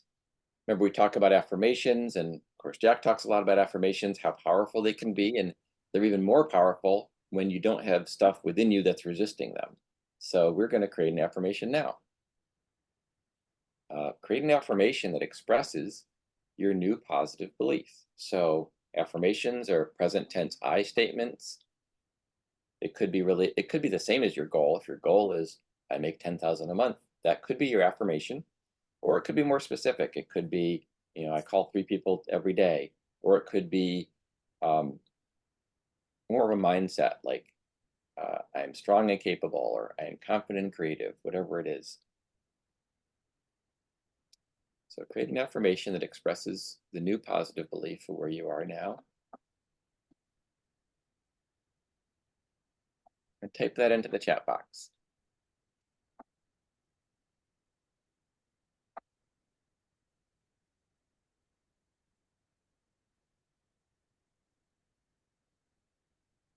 And if you feel like you're almost there, but not quite there, like I said, you can come back later and do another session to kind of get yourself all the way there. Most of you should be in a pretty good place right now. And the affirmation should be fun. It should be exciting. It could be something that when you say it, it uplifts you and you feel great. Yeah, like I receive all the resources I need. Oh, Kathleen says, I am a YouTube sensation. Yeah, I love that. it should make you smile. It should really be energizing. My family and life purpose are harmonious and in balance. I receive all the resources I need. I am happy, healthy, and at ease when I travel. I will joyfully and jubilantly, take out the I will and just say I. I joyfully and jubilantly sing for the world again and share what God has given me. Love that. So when possible, we want to take away any negativity in the affirmation, because it should be something not what you're going away from, but what you're going towards.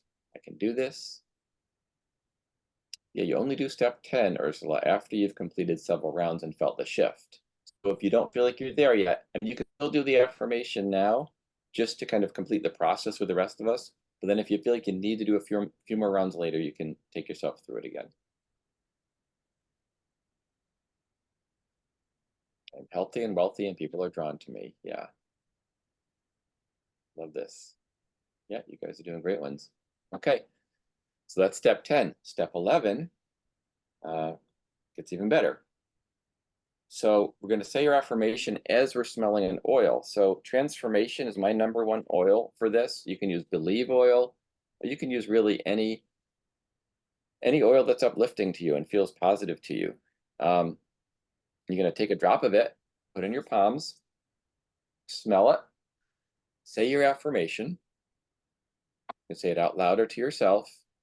You know, if there's no one around and you feel comfortable just belting it out, that's fine too, even if there are people around. Magnify. I like to put magnify your purpose with into the future together. Yeah, that'd be a powerful one.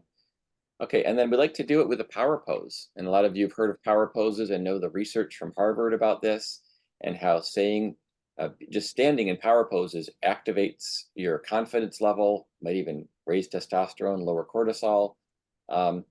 So I'm going to show you 4 power poses, and I want you to try all 4 of them, and then choose one or a combination that work best for you. I'm going to stand up here. So I want you to stand up. I have a little standing desk that's got to move here. And so the first pose I want you to get into, breathe, get into that victory pose. So feet on the ground, spread wide, arms up high, and say your affirmation in this power pose. Yes, Amy Cuddy did this research. That's right. Yeah, actually, it was a friend of mine back when I was writing the first book that made me aware of that. And so I put it into one of the steps. Yeah, so say that. Another great power pose is that you can't see here, but hands on hips, like Wonder Woman, or I think it's Wonder Woman, maybe Captain America, I'm not sure. Hands on hips, say your pose this way as well, and notice how that feels.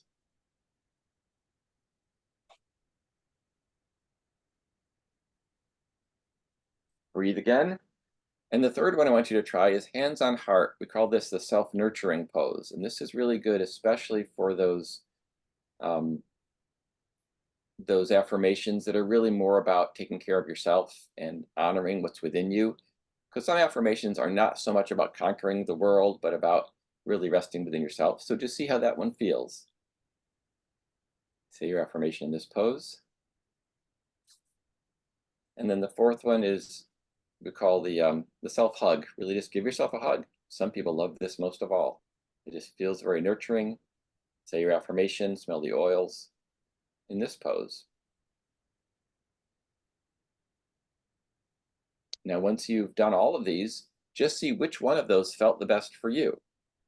Which pose felt the best for you, and say your affirmation several more times in whatever pose you like for this particular affirmation. And this is going to help to anchor it in your physiology.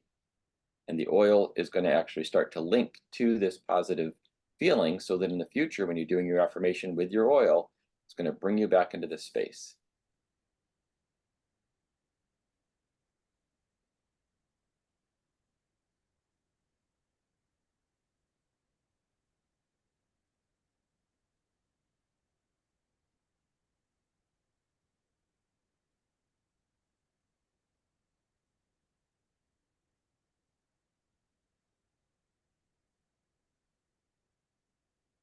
And once you've done that, notice how you feel. And actually, go ahead and type in the chat box one word that describes how you feel right now. Grounded, stronger, yep. Ellie's asking about, what about one hand on the heart and one on the solar plexus? Yeah, give it a try. There's really no limit to the types of power poses you can do. Those are just suggestions.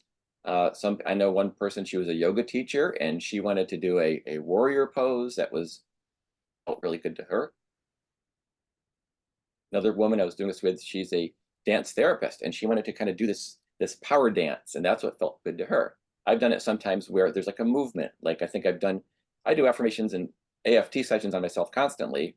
And it's, if I feel blocked about getting my message out to the world or something. So I've done power poses where it's kind of like bringing, the wisdom of my heart out to the world or something. So it could be a movement like that. So there's really no limit.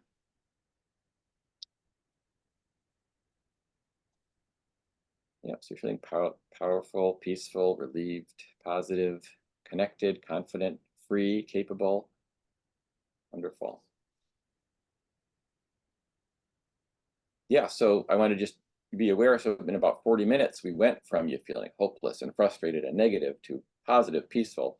So it's kind of like, if you can do this for yourself, why wouldn't you do it every day? This is a process you can do on yourself. I created these processes that can be done as self-care, but also, very importantly, it's good to have a partner that you can trade with, because it's nice to be able to be in the receiving client mode as well. And in the training program, we partner people up, and you can reach out if you need help finding someone to do this with.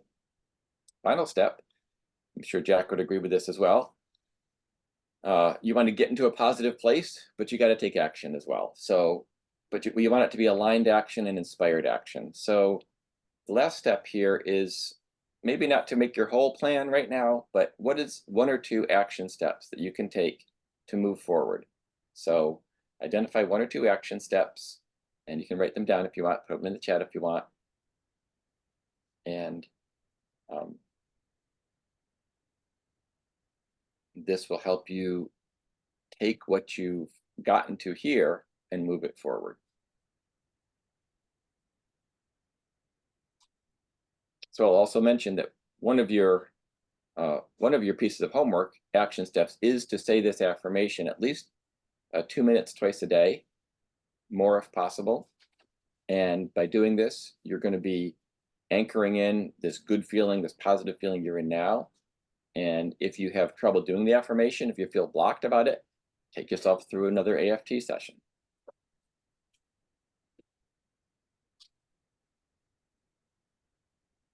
Mel's asking, how long are the oils good for?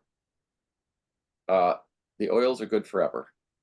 They've found viable oils in King Tut's tomb, 3,000 years old. So now, granted, over time, over the millennia, some of the higher notes might evaporate, and you might be left with a little different. They're not bad because they're very antimicrobial. There's no microbes can grow in oils, so they never go bad from that sense. They never go rancid. Now, an olive oil or an almond oil, that can go rancid. An essential oil cannot go rancid, but it can, like I said, it might modify if some of it evaporated and some didn't. But feel free to use oils that you have. Okay, so a couple more pieces for you, then I'm going to open it up for question and answer and anything else people want. Let's see, I want to let you guys know, because I'm celebrating publishing the book this month, a couple things. If you want to go onto Amazon, I have it available in, it's on Kindle, softcover, hardcover, which is really great because you're going to be referring to it a lot. And it's on audiobook as well. So any of those ways will be fine. And also, so all month I'm doing some more free trainings every Monday evening and Wednesday morning. Now, if you're on the West Coast, it'll be super early. And you see, if you go to aromafreedom.com, you can register and take part in these free trainings all month just to have more practice and get lots of different experiences. I think on Monday, I'm going to be demonstrating the trauma release specific technique. And we'll be talking about building young living business, talking about aroma wisdom, talking about grief, and so on. Also, we do have a practitioner training program if you want to be certified in Aroma Freedom, so you can actually do this work with others. There's now, it's expanded so much as a 4-level training. Takes place over the course of a year, about 2-month chunks at a time. This is where you get lots of practice. You take it to clients and do it and come back and get feedback. And this gives you the ability to actually charge for your services. So all that's right on the website, aromafreedom.com. Let's see, I'm going to stop my share. And the training is all online now, yes. And open it up for questions.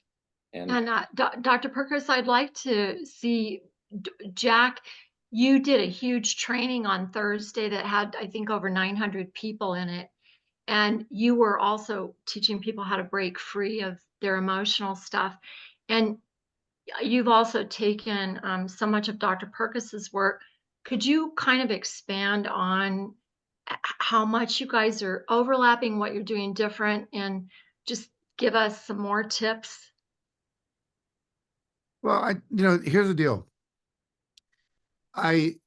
Most people I work with do not have oils. And when I work with them, 900 people on a big Zoom call, I'm not going to try to get them all to do that. So, but it's very similar in the sense of, I ask people to think of an area in their life where they're frustrated or they feel that they can't seem to create or maintain something like a long-term relationship. Again, it's very similar. I'm frustrated because I have a goal, something I want, I'm not creating.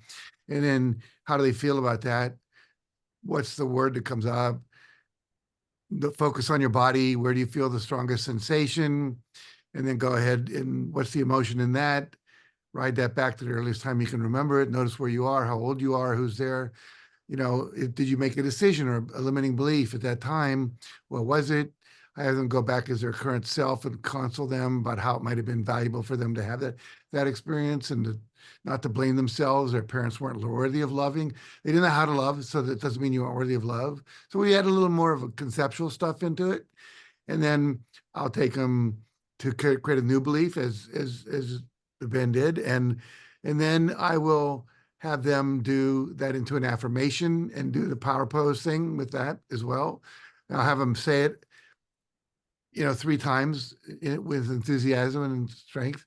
And then I have them go into the future to be their 85-year-old self and counsel their current self on the issue. I can't finish my book, I can't start my website, etc. So we get pretty much to the same place. And most people will say it's gone. And you never know if it's gone forever, because I don't always do follow up with people like that are in 1,000 people from around the world, 40 different countries. But the people I work with in my ongoing counseling groups, well, often I plan to do that exercise every group I ever do, because as I'm sure Ben knows, every single person, I don't care how many times you do it, something comes up, and there's just all these limiting beliefs and blocks and negative thoughts that are part of our culture, our religious training, our schools, our parents, whatever. So for me, also, and I didn't mention that I do the emotional reset thing as well. That's the other book I can grab right next to my computer, So this idea of daily practice, it's kind of like taking a shower.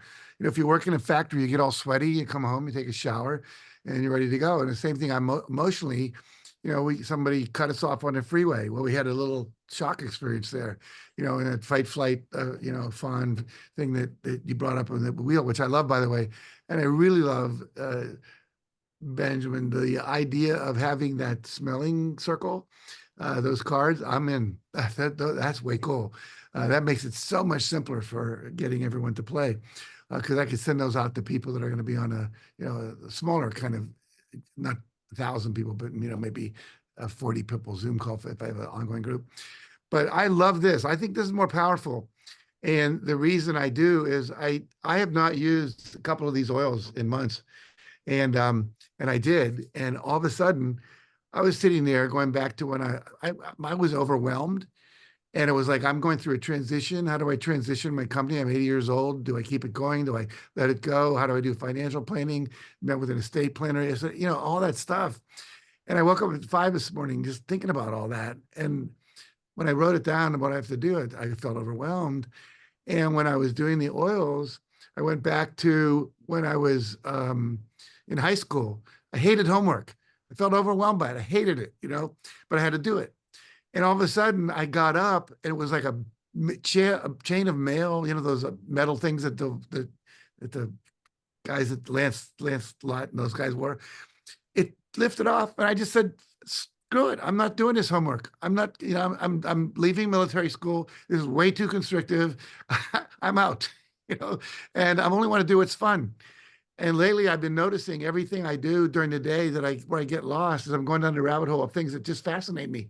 And I want to be able to follow that fascination and not be doing something because I have to, so anyway, this is so powerful. So I encourage everyone, keep doing it, keep doing it, keep doing it. Well, I would like to just add one little thing, and that is to let people know that molecules of emotion are real molecules. They're real physical things in your body. And so some of the stuff that we feel is maybe not ours. It's maybe from an ancestor that we got that from. And that there is a way to dissolve those molecules. The way that Dr. Perkus is showing us, the oils are so teensy weensy, they literally pierce the bubble of those big fat emotional molecules. So Yeah. this is really a process that it's scientific. It's not woo woo. So yeah, I had to And add my sense. let me just add a couple things to that. And yeah, this issue, Jack, that you bring up of, when you're doing a big clearing with people from all over the world, because I run across this problem as well. You can't do this particular process unless they have the oils to smell. And yet, there's a cost factor to get them to buy a whole bunch of oils, especially if, it's their first time and everything. So we've actually worked hard to streamline a system. In fact, I researched this. I got this down to, this only costs 60 cents to mail. I got it down to a less than 1 ounce package so that you can get it to people. So this is scalable. It's something that you could do with hundreds of people with some advance notice, let's say.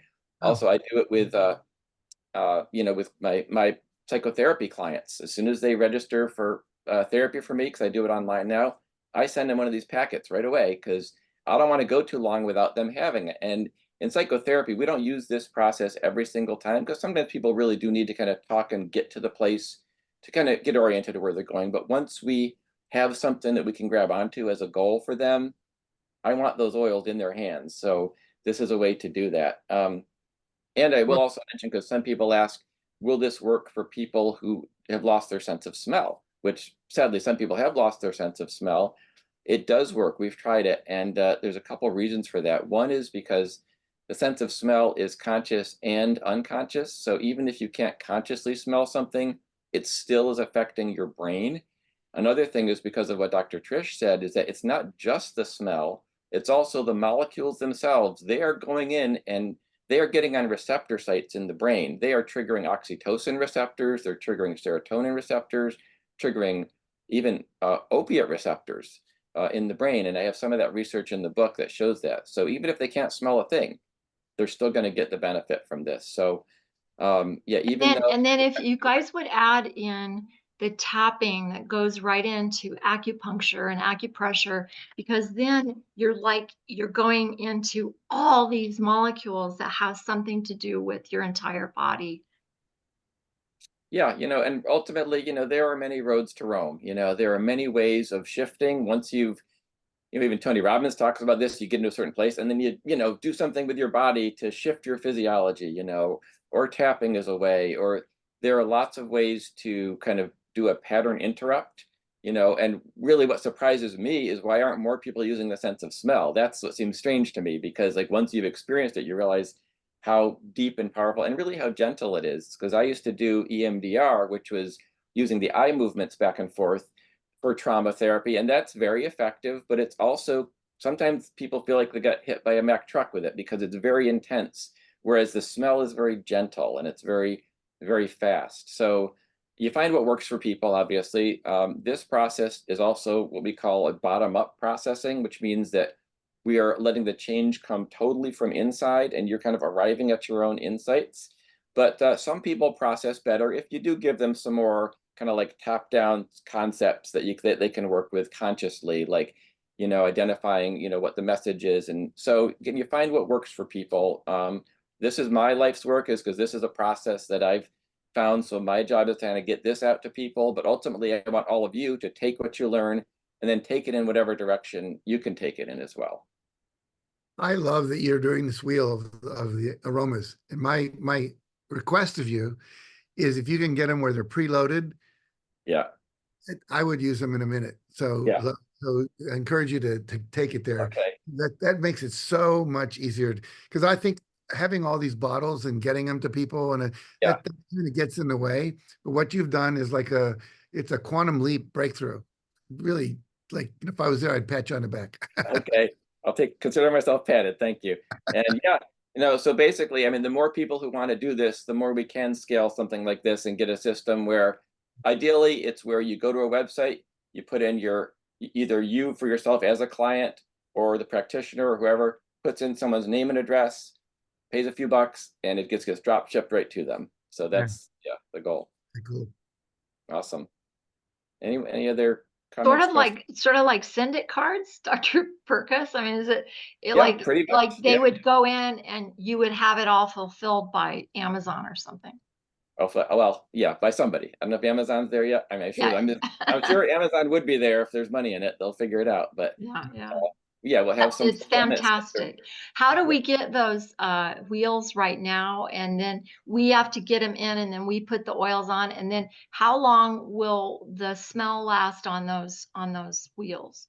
Well, I've been using this type of process for over a year, and people can get first of all, when they get it, I ask them to put it back in the envelope and seal it again in between sessions, because that'll make it last longer. But I've had people use the same wheel for literally months, just with one wheel. There's still enough smell on there. They can actually get a good session for, several months of doing it. Now, I will say, people that really get excited about it, I say, if you're really excited about it, imagine how good it feels when you have the oil on your hands and you're breathing in. So then some people will transition to that. But a loaded wheel for a birthday card or gift. Yeah, right. So there's some great ideas. So as to where they are available now, I don't have them up for sale on the website yet, but aromafreedom.com, I'll let you know and you can share it. I'm going to have two options. One will be the unloaded wheels in bulk for people like you who already have oils, who want to be able to send them and distribute them yourself. And then the preloaded, single serving wheel is something that once I get that put together and I make sure I have the ability to fulfill that, then that'll be on the website as well, aromafreedom.com. The other thing that makes me think about this is, before the pandemic, essential oils were primarily sold in people's living rooms. They invite their friends and family over and they'd have smell the oils. They tell them what they do and blah, blah, blah. And the pandemic came along and you couldn't do that. And so what happens is, I think this is an amazing new marketing opportunity where you send out, a wheel, people do a process, whatever it's this or the reset or whatever, it doesn't matter. They have an experience that's much more profound than just going, oh, peppermint, that's cool, or joy, that smells nice, and I feel happier. But I think this would really blow people away at a very deep level. And then they want to go, well, how do we go deeper with this?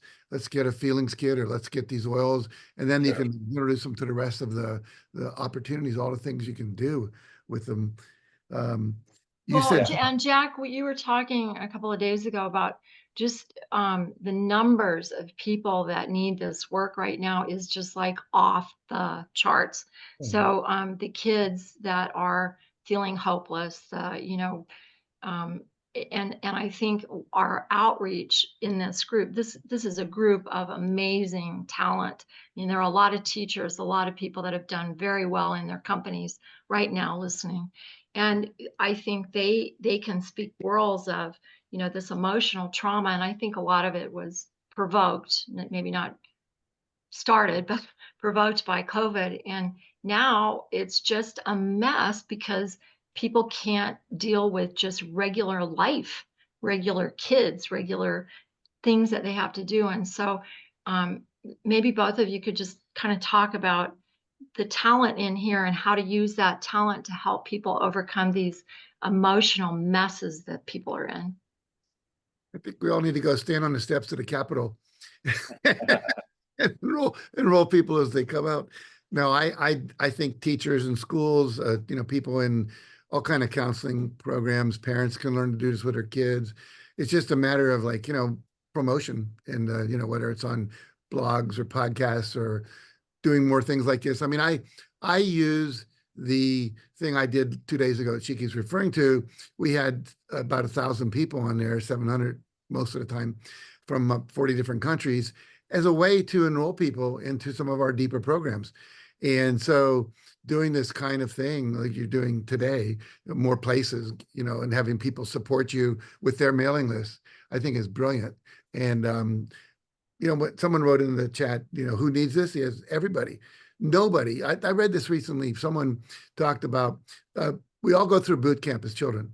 Some of us go through Navy SEAL boot camp. Our parents were abusive. We got bullied at school.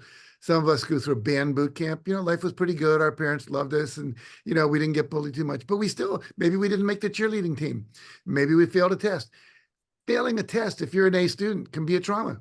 It's a minor trauma, but it can be traumatic. So everybody needs this at some level. There's nobody that's escaped without these things that need to be released.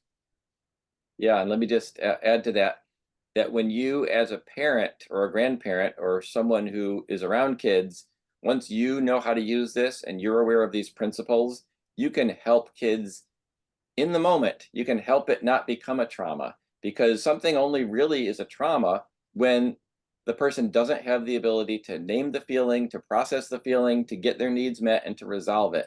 So even if something bad happens, but you're there and you have the tools and the skills to help someone through it. And kids love this stuff, by the way, and it works super fast with them because they don't have these layers and layers of trauma like all of us old folks do, right? So they will shift so fast, they breathe or like, oh, that's clear. What next? Like literally, it's like 2 seconds. It's crazy. So if you have the ability to help someone in the moment, that can start to raise the next generation of kids that aren't really traumatized and can do things from a place of emotional health. And then when they raise their kids, they're not going to be transmitting trauma. There's this statement I heard that says that pain that is not transformed is transmitted. And I think that really captures something, that when you can transform it, then you don't have to pass it on to your kids, your grandkids, the people around you. So that's really what this is all about. And I think all of us, who are feeling called to do something meaningful in this world, on the healing side, that's exactly what it is. Finding some way to transform ourselves, for one thing. And then as you transform yourself, then the natural next step is, okay, I'm feeling great now, but I'm surrounded by all these people that are miserable. How do I help them? So that's where, you start answering the call to, do something to help other people, whether it's one-on-one or whether it's on groups. And that is the amazing thing about the online world we're in now, the amount that you can leverage one to many, and you can, Jack was touching 1,000 people's lives at one time. That would have been hard to do 20 years ago, right? So it's, it's something that it's an opportunity. Every crisis is also an opportunity. So we have a crisis now that nobody meets in person anymore. That's kind of a crisis, but how can we turn it into an opportunity? And that's finding ways to, to transform from wherever we are. Do you each have time to take a few questions from the audience?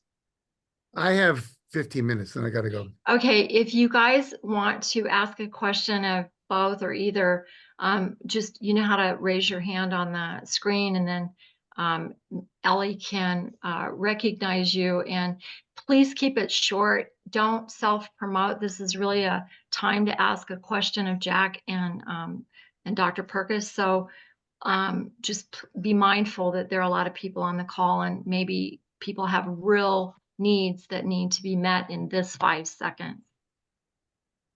Thank you, Trish. I saw Carol throw her hand up, so let's bring her right in. Thank you so much. Ben, I have a question regarding legal issues of distributing the wheel with various oils to all age groups. Okay. Well, I'm not a lawyer, but my 2 cents is this. First of all, these are natural plant extracts. Okay, so they're not regulated pharmaceutical agents, and what is lemon oil? It's basically the rind of a lemon. What is peppermint oil? It's basically the leaf of a piece of peppermint. So I can't see any legal issues with that. I can't imagine any danger.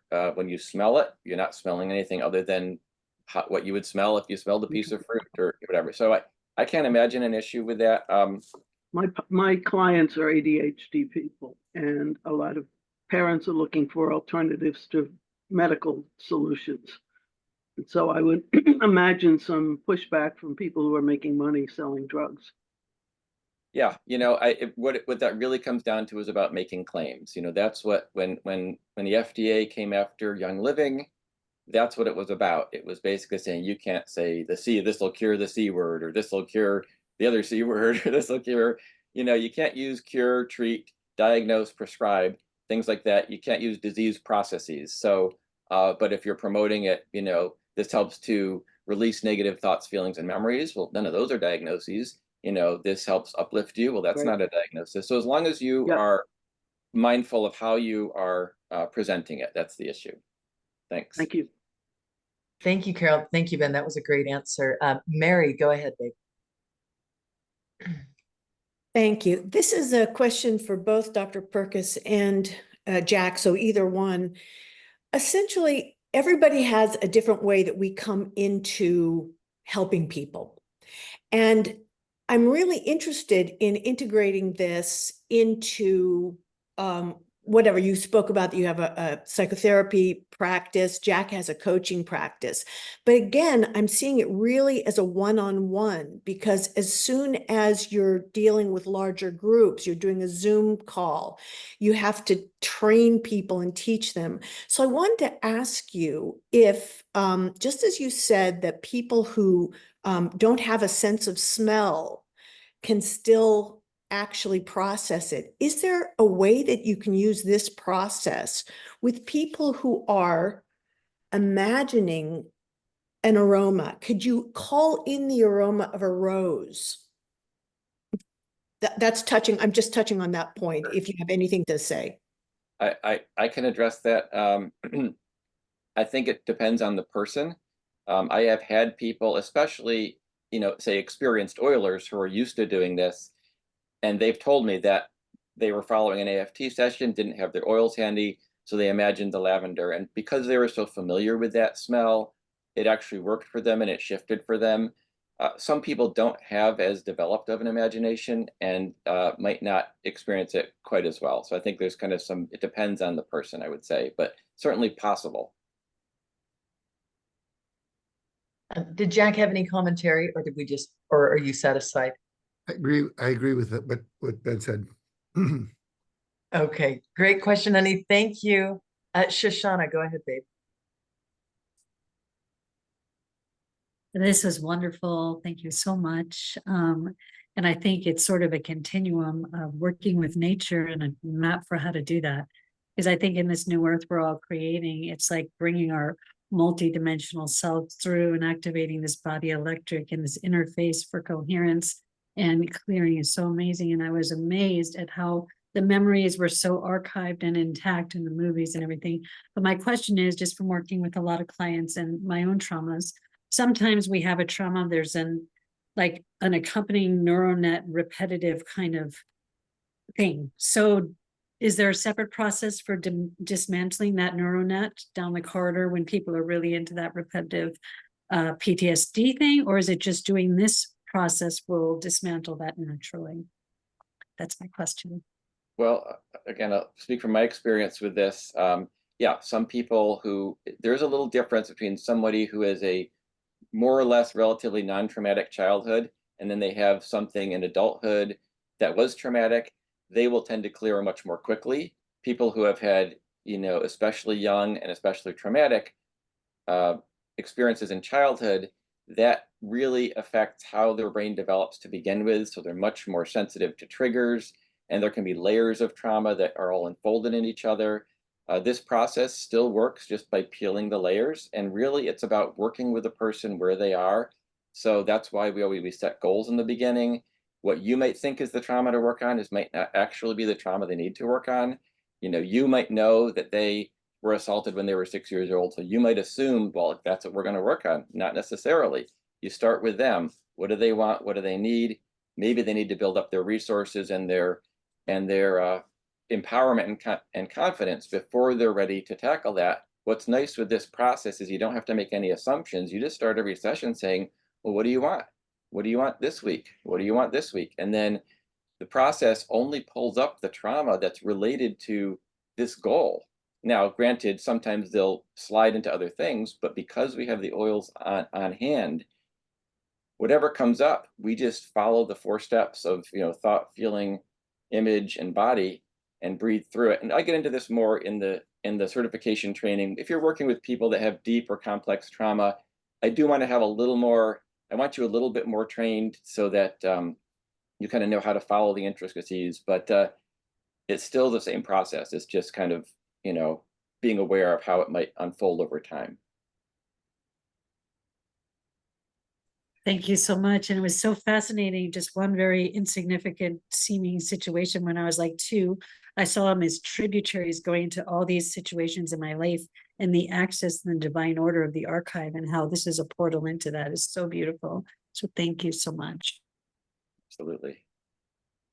Amen. Jack, did you have anything to add on that one? No, I want to tell Shoshana she can play at Wimbledon. They have these new rules that everything has to be white, including the bra and your underwear. Got rid of some people who had orange or nude bras on. So I just love your background. So that's all I have to add. I'm always convinced she's just going to transmute form on one of these calls and just go into the ethers because she's so ethereal. I don't see any other hands up. Can I ask a question? I have a curiosity question of Ben then. So have you had people, when you do this, go into a past life experience? Yes. Yep. People gone into past life experiences. People have gone into in utero experiences, birth experiences, and I just train my people to be very non-judgmental and open. And if someone says that they are having an experience where they're interacting with aliens, I don't judge and say, well, I believe or I don't believe in aliens, because the important thing is that's how their subconscious is speaking to them. So whatever comes up, we just follow the same process. Oh, you're in a past life as you're a priestess burned at the stake for practicing witchcraft. Oh, well, what's the feeling? How do you feel when you picture that? Where do you feel in your body? Okay, breathe the oils into it. And sure enough, it just goes where it needs to go. So again, we just stick with the process and they work it out themselves. Yep. I had a client the other day who literally went into a past life where she was a nun. And her issue was about working in a company where no one would ever listen to her. And she was afraid to speak anymore because no one ever listened. And the fear of being kicked out, fear of being abandoned, you're crazy, you're out of here. Went back to when she was a nun and she got thrown out of the monastery because she was more spiritually awake than everyone else. And she was teaching the younger nuns the real spiritual aspects. The older nuns who are much more, the theology of it were threatened by her and they threw her out. So she didn't trust that she wouldn't be thrown out if she spoke her truth. And so I find that really fascinating. Yeah. Yeah, absolutely. And I'll just mention my experience as well is that most people who are healers are old souls, and this isn't their first time around, and very frequently had past lives where they were persecuted in one way or another for speaking their truth. And so a lot of, healers' journey is about this learning how to find your voice again, having the confidence to speak up, because maybe in the past, you don't know why, but in the past, it didn't work out so well. So all the more reason to do the clearings. Cool. Well, thank you for that. Yeah, good. Beautiful. Now, Jack, I know you said you had about 15 minutes ago. We've got 2 more hands up. I got One 4 more more question? minutes. 4 more minutes. Okay, perfect. All right, Holly, go ahead, honey. Unmute yourself. Thanks. There we go. Thank you. Yeah. Hey, I have a quick question. I'll be really brief. How can I use AFT in a frontline setting, specifically with journalists who do humanitarian work? That's my background, although I'm an integrative health coach now, and I'd like to use AFT with some of my peers and colleagues. Well, so a few things. One is Jack mentioned the aroma reset that's an entry point because that's a super simple process. These are available on the website. You can do it in a minute and you can train people to do it. And especially with this, if if they're out in another country or somewhere don't have access to oils or scent cards or whatever, have them scratch an orange and do it. Once you learn the process, find some natural. One time I was out in a field taking myself through a process. I didn't have my oils, so I grabbed some grass and I rubbed it together and I got the aroma and I used that. As long as it's a pleasant aroma, especially if it comes from nature, then you're going to be okay. So those are some ideas for you on that. Thank you. That's really helpful, especially in situations like Turkey and other places where there's disaster. That positive smell is going to be really helpful. Yeah, there's positive smells everywhere if you look for them. Yeah, thank you. That's a beautiful question, Holly. Thank you. Jack, did you want to jump in or do we want to take one last? Good. Keep going. Okay, Alicia, you're going to finish us off, honey. We got 2 minutes. Do either of you have experience with people using A Course in Miracles? And these? Thank you. I've studied the Course in Miracles. I think it's amazing stuff. And I do this, but I never tried to put it together. Yeah, I pretty much say the same thing. I became aware of it years ago and got some of the concepts of it. And what we find is basically, because I'll just say maybe a related answer to a question. Some people get concerned, well, is this biblical, or is this going to compete with my beliefs, or is this from the devil, like whatever it is, but what we find is that all the great truths kind of merge as you arrive at the peak. You find that what everyone's talking about that's true ends up being the same thing. So, clearing away the lies, clearing away, the untruths, clearing away the illusions. Those are all things that happen as you do the types of emotional clearing that Jack and I are talking about. And that really corresponds with the highest spiritual traditions. I'll just say that. I agree with that. Well, there's a great book that we use and that we teach in December, and it's called The Healing Oils of the Bible. And this Byron, Dr. Byron, and I are doing the Course in Miracles with the oils right now. This is my 4th time. And, I almost think that anything that we attempt to do, when we put the power of smell with it, it just triggers those molecules that helps us do just about anything better. I don't go anywhere without these oils, because I think Joby even rescued some teenager because she had a bottle of lavender in her purse when this girl had some kind of a trauma in the bathroom, and she helped the girl and her mother keep calm and work through it. I helped a guy with hiccups one time that had him for 3 days and he was miserable, and I used Valor. I didn't know if it'd work, but I said, just smell this really, really strong. I just think, I don't know, these oils we used to say they're little bottles of God, and I swear it's true. You guys, I think we should allow everybody to go. We're so far over, and this is the best thing I've ever gone through. Having both of you guys who I just worship. I love you both and love your work and love what you're doing on the planet. And I know we all so care about world peace, but we know it's not going to happen as long as each one of us has so much anxiety. And so I just thank you for all of this. Ellie, thank you for your leadership on this whole month. Ellie has worked really hard this month to make sure that we stay on track with the emotional freedom stuff that Jack wrote.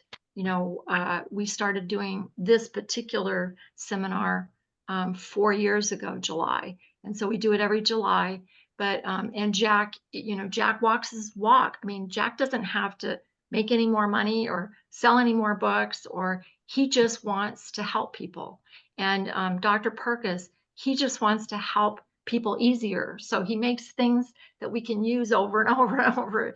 And so if we all hold hands and we all do as much 100% unconditional love, and we all keep promoting that we can do this. It's not impossible to have world peace or have, save the planet. It's just you do yourself first. And then make that better. So this has been an awesome Saturday. I can't wait to see you guys in person. Jack has a break free thing coming up, I think in October in person. And then we have the Golden Motorcycle Gang in person in Los Angeles at the end of October. And so I just love you guys. I love this group. I love this Saturday. And I thank you for your leadership and for showing up. Well, thank you all. What I love to do is I like to have everybody unmute at the end and go crazy and say goodbye. I love that. Thank you, guys. Bye, everybody. Thank you so much. Thank Bye. you. Bye, thank you. Thank you, Dr. Perkus. Thank you so much, everyone. Thanks. Bye. Bye. Bye, thank you. Bye. Thank you. Bye. Love you. Thank you so much. Bye. Great job. see you. Bye. Thank you, Bye. Jack. See Oh, y'all. Love Jack, you, that smile Trisha. is so big. Take care. Love you all. Bye. Bye. Bye. And thank you for being here. Can't everyone. leave. Thank you. I'll You see you better next hurry week, up. Roberta. None of us are gonna leave. Love you guys. That's a download on iTunes for free. Sound of clapping. All right, guys, we'll see you Love next you. Saturday. Happy Saturday. Love you.